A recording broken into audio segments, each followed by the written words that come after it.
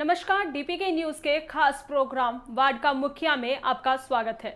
जैसे जैसे चुनाव नजदीक आ रहे हैं, वैसे वैसे पार्षद प्रत्याशियों के वार्डों में दौरे बढ़ते जा रहे हैं। आज हमारी टीम ने बात की पार्षद प्रत्याशी से, देखिए हमारी खास मुलाकात।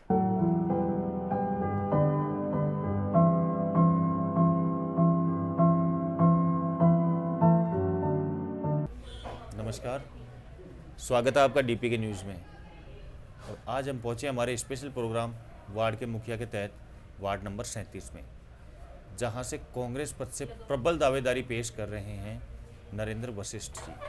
तो आइए हम जानते हैं उनके विचार कि किस तरीके से वो जनता के बीच में हैं, क्या क्या मुद्दे हैं उनके चुनाव में। तो सर, सबसे पहले तो आपका स्वागत है हमारे चैनल में। आप सभी का बहुत बहुत धन्यवाद। सर, अपना परिचय। मैं नरेंद्र वशिष्ठ आप सभी का आभार व्यक्त करता हूं और सबसे पहले मैं धन्यवाद देना चाहूँगा कांग्रेस पार्टी के तमाम उन हमारे वरिष्ठ नेताओं का, सभी कार्यकर्ताओं का और क्षेत्र के सभी महानुभावों का कि उन्होंने मुझे दोबारा इस क्षेत्र के अंदर मौका दिया। सर, हम बात कर लेते हैं कि अब चुनाव का दौर चल रहा है, तो आप चुनाव में कौन कौन से मुद्दों के ऊपर आप पब्लिक को फेस कर रहे हैं? देखिए, मुद्दे चुनाव के अंदर जो प्रमुखतया होते हैं वो केवल एक जनहित से जुड़ी हुई बातें होती है। मुद्दे कुछ भी नहीं होते, मुद्दे तो बड़े लेवल के हुआ करते हैं।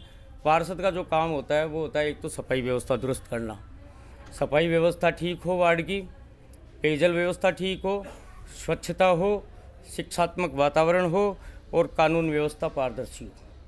यानी आमजन से जुड़े हुए जो सीधे मुद्दे होते हैं, सीधे जो कार्य होते हैं, वही जनप्रतिनिधि को करना सब प्रमुखतया होती है। अब इसके अंदर चाहे वो पार्षद का चुनाव हो, एमएलए का चुनाव हो, एमपी का चुनाव हो, क्षेत्र का केवल वो होता है कि जैसे क्षेत्र एमएलए के पास ज़्यादा बड़ा क्षेत्र होता है, लोकसभा सदस्य के पास और ज़्यादा होता है, पार्षद के पास कम क्षेत्र डिवाइड रहता है।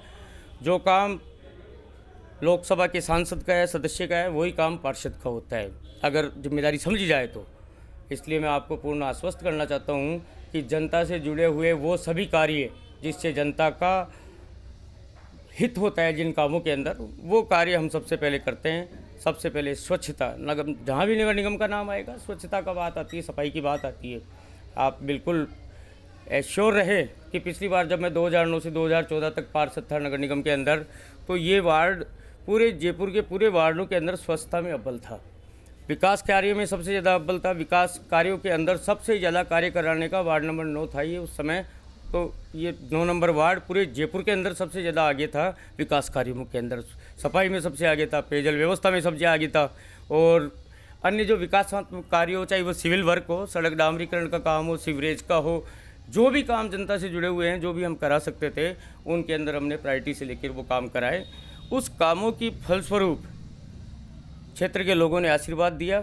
मैं तो इस बार खुद भी चुनाव लड़ने के मूड में नहीं था, लेकिन बीच में साल 2 साल मेरी तबीयत खराब रही, लेकिन क्षेत्र के लोगों के निरंतर आशीर्वाद के कारण, उनके सहयोग के कारण और उनके अपनत्व के कारण, जिस तरह से मुझे कहा मेरे पास, मैं उनके पास में निवेदन करने गया, उन्होंने जिस तरह से मुझे भरोसा दिलाया, अपना आशीर्वाद दिया, तो मैं उन सब के आगे नतमस्तक हूँ।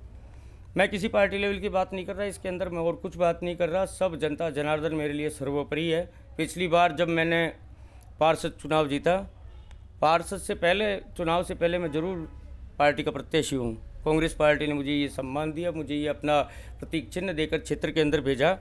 लेकिन हमें ये भी नहीं भूलना चाहिए कि जब चुनाव हो जाता है और जब पार्षद आप निर्वाचित होते हो, एमएलए आप निर्वाचित होते हो, एमपी आप निर्वाचित होते हो, तो उसके बाद में संपूर्ण जनता आपकी सदस्य होती है।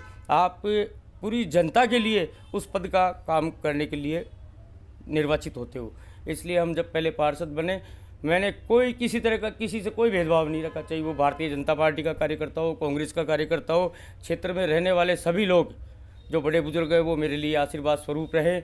युवाओं, नौजवानों का हमारे को अच्छा सहयोग मिला, माताओं बहनों का आशीर्वाद मिला, और मैं आपको विश्वास दिलाता हूँ कि इस बार भी अगर जनता आशीर्वाद देगी तो उनका सम्मान, उनका सहयोग, विकास के कार्य उनके आशीर्वाद से दिन दुगनी रात चौगनी प्रगति करते हुए वार्ड का एक कीर्तिमान स्थापित करेंगे। सर कोरोना महामारी चल रही है और कोरोना महामारी को चलते आज करीबन 6 से 8 महीने बीत चुके हैं, तो सर इस दरमियान आप पब्लिक के बीच में कैसे फेस रहे हैं?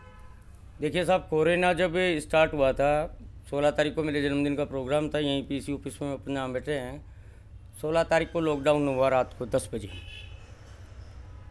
17 तारीख से ही जैसे ही हमने अखबार में देखा कि लॉकडाउन आज से, उस तो शुरू में आपको पता हो तो वैसा पहले तो कोई समझता ही नहीं था लॉकडाउन क्या होता है। जब शुरू के अंदर दूसरे दिन अखबार में पढ़ा हमने तो लॉकडाउन का कोई मतलब नहीं था, हम समझे नहीं उसको कि ये है क्या चीज़। लेकिन जैसे जैसे हमने आकलन किया, जैसे जैसे परिस्थितियाँ हमारे सामने आई, हमने विचार किया, जो चीज़ निकल के आई कि कोरोना वायरस का संक्रमण बड़ी तेज़ी से फैलता जा रहा है। और सबसे पहले हमने लोगों को उसके लिए जागृत किया कि आप कोरोना से बचाव के लिए मास्क का प्रयोग करें, क्योंकि आप देख रहे होंगे आदरणीय मुख्यमंत्री साहब अशोक गहलोत साहब भी ये कह रहे हैं कि जब तक वैक्सीन नहीं बन जाए तब तक मास्क ही बचाव है। तो उसको देखते हुए हम लोगों ने पूरे क्षेत्र के अंदर जितने भी जो लोग हैं, करीबन मेरे हिसाब से महीने 2-2.5 महीने मैंने संपर्क करके व्यक्तिगत हर घर पे जाके और निःशुल्क मास्क वितरित किए।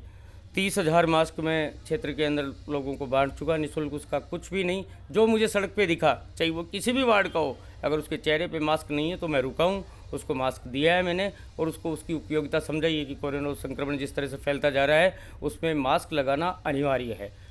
2 गज दूरी की बात आती है तो सबको इस चीज़ के लिए भी हमने कहा कि आप जहाँ भीड़ भाड़ वाला इलाका हो वहाँ आप न जाए। घर परिवार, आपकी जिम्मेदारी पूरे घर परिवार से है, घर परिवार आपके ऊपर डिपेंड होता है। हम सब एक सामाजिक प्राणी हैं, अपने अपने घर परिवार से जुड़े हुए रहते हैं। तो सबसे पहले इस कोरोना काल के अंदर हमें स्वयं का ध्यान रखना है और स्वयं का बचाव करते हुए अपने परिवार को बचाना है। अगर स्वयं और परिवार अगर बचता है और हम उसको, तो कोई बड़ी बात नहीं है कि हमें जो एक दिन वो दूर नहीं जब हम कोरोना से पूर्ण रूप से छुटकारा पालेंगे। और इसके अंदर भारत सबसे अव्वल, आप देख लीजिए, बड़ी बड़ी शक्तियाँ, हिंदुस्तान की बड़ी बड़ी शक्तियाँ फेल हो गई, घुटने टेक दिए सबने। अमेरिका जैसे जो कंट्रीज है जो अपने आप को महाशक्तिशाली कहते हैं, शक्तिशाली का प्रतिबिंब है जो लोग, वो हाथ खड़ा हुआ है समाज में। लेकिन भारत के लोग जिनके अंदर विल पावर होता है, उन्होंने अपनी क्षमता से, अपने तरीक़ों से, अपनी सहनशीलता से, विल पावर से उन्होंने उसको हराने का काम कर रहे हैं और जारी रहेगा। और आप देख लीजिए आज परिणाम भी हमारे पक्ष में। पहले जितने कोरोना के जो लोग हुआ करते थे, कोरोना संक्रमित होते थे, आज उनका ग्राफ काफ़ी नीचे हुआ है। जो संक्रमण जो व्यक्ति होते हैं उनका ठीक होने का ग्राफ भी अब 90% के लगभग पहुंच चुका है, ऐसा कि आप सबको आंकड़े पता है। इसलिए कोरोना से संक्रमण का मिटाना हमारा लक्ष्य रहेगा। उसके लिए जो भी गाइडलाइन राजस्थान की सरकार ने दी है वो हम क्षेत्र के अंदर निरंतर लोगों से संपर्क में हैं। चुनाव के दौरान भी हम लोग 2 गज दूरी का पालन कर रहे हैं, सबके चेहरे के ऊपर मास्क रहता है।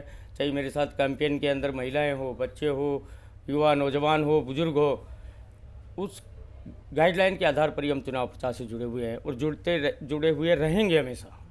सर, चूँकि आप पार्टी विशेष से हैं और जहां हम पब्लिक के बीच में जाते हैं तो पब्लिक कहीं ना कहीं पार्टियों से नाराज़ है, ऐसा क्यों?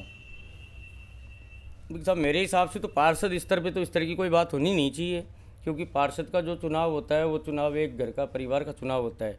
अब बात आती है कि साहब घर परिवार के अंदर जैसे 10 लोग हैं, अब 10 में से ये हो सकता है कि 4 लोग किसी को चाहे, 3 लोग किसी को चाहे, बाकी नाराज़गी किसी से नहीं हो सकती। ये परिवार है मेरा, उनकी सोच में फ़र्क हो सकता है, 2 लोगों की सोच हो सकता है दूसरी तरह की, क्यों वो चाहते हो कि हम इस तरह से करें। बाकी नाराज़गी का कोई मतलब नहीं, अपने अपने मोटो, अपने अपने विचार है, बाकी सब परिवार के लोग हैं, ऐसा कुछ नहीं है।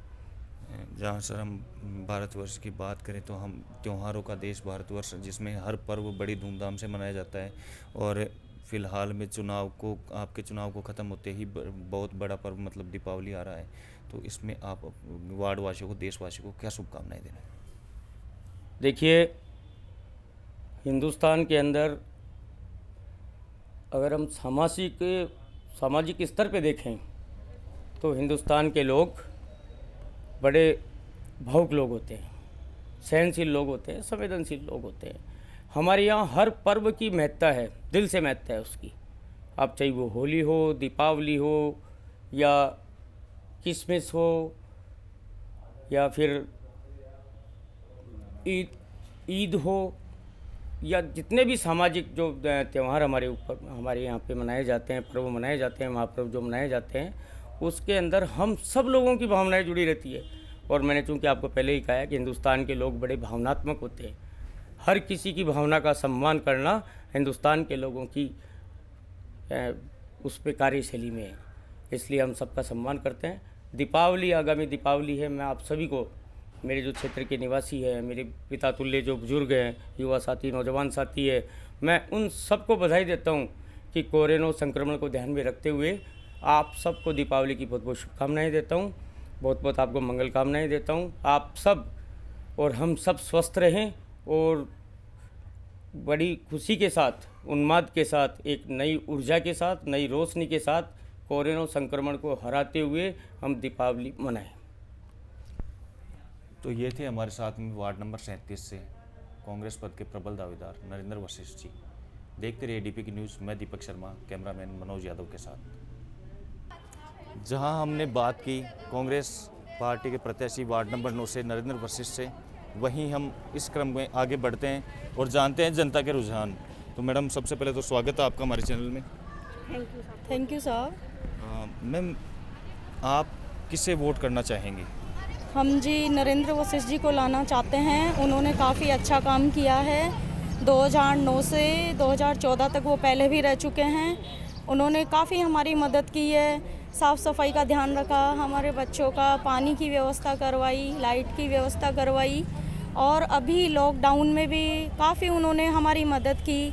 मास्क भी बांटे, खाना, राशन पानी भी हमारे को वितरित किया। हमारी जो भी ज़रूरतें थी उन्होंने पूर्ण की। बाकी हमारी सबसे यही थी कि हमारे को कोई आके पूछे, हमारी मदद करे, लेकिन हमने आवाज़ भी लगाई, लेकिन कोई हमारी आवाज़ के लिए आया नहीं। श्री नरेंद्र वशिष्ठ जी ने हमारा बहुत अच्छा वो रखा, मान सम्मान रखा, हमारी पूरी व्यवस्थाएं करवाई। जबकि इस समय तो ये पार्षद भी नहीं थे, लेकिन इन्होंने बहुत हमारी मदद करी। भगवान, हम तो यही चाहते हैं कि ऐसे पार्षद हमारे सदा ही इस वार्ड में आते रहें, और हम तो इनको ही लाना चाहते हैं। धन्यवाद। तो इसी क्रम में हम आगे बढ़ते हैं। एक युवा साथी हमारे साथ, एक आंटी जी हमारे साथ हैं। उससे पहले तो आंटी जी, सबसे पहले तो स्वागत है आपका हमारे चैनल में। धन्यवाद, बहुत बहुत धन्यवाद आप लोगों को। किसे वोट करना चाहेंगे और हम क्यों? हमारे भाई नरेंद्र वशिष्ठ को वोट करना चाहेंगे। उन्होंने काफ़ी अच्छा काम किया पिछले 5 साल में, और कोरोना में भी उन्होंने बहुत सहयोग किया लोगों का। डॉक्टर के ले जाना, वो धनराशि बांटना, और जो भी चीज़ सामान था वो बांटना, खाने पीने का। उन्होंने गर्मियों में बहुत अच्छी व्यवस्था की। जब ये पार्षद थे तो इन्होंने गर्मियों में सबसे अच्छी व्यवस्था ये की कि नल की व्यवस्था करी, सबसे बढ़िया टंकियाँ लगवाई जगह जगह, ठंडा पानी लगवाया जगह जगह। उसके बाद किसी पार्षद ने ऐसी व्यवस्था नहीं की। इसलिए हम ये चाहते हैं कि नरेंद्र वशिष्ठ हमारे एरिया में वापस आए और जनता की सेवा करें। इसी क्रम में हमारे साथ एक युवा साथी भी जुड़ चुके हैं। तो सर, सबसे पहले तो स्वागत है आपका हमारे चैनल में। हाँ जी सर। सर, किसे वोट करना चाहेंगे आप? सर, हम नरेंद्र जी वशिष्ठ को दोबारा से याद कर रहे हैं सर। क्यों सर? सर, क्योंकि इन्होंने, जब भी हम याद करते हैं, कोई भी कार्यक्रम होता है, कोई भी बात होती है, तो ये हमारे लिए तुरंत आधी रात को हाजिर है।